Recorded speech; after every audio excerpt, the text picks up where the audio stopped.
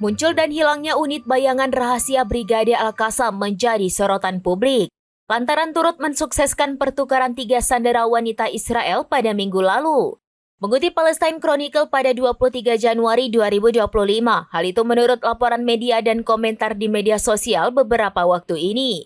Menurut mereka, unit bayangan Hamas dikenal karena pelatihan militer dan tingginya tingkat psikologis dengan keterampilan luar biasa dalam hal siluman dan mobilitas. Bahkan beberapa komentator mencatat bahwa unit tersebut bertanggung jawab untuk melindungi tahanan Israel di Gaza. Tetapi sebagian besar rincian seputar operasi unit tersebut masih diselimuti kerahasiaan.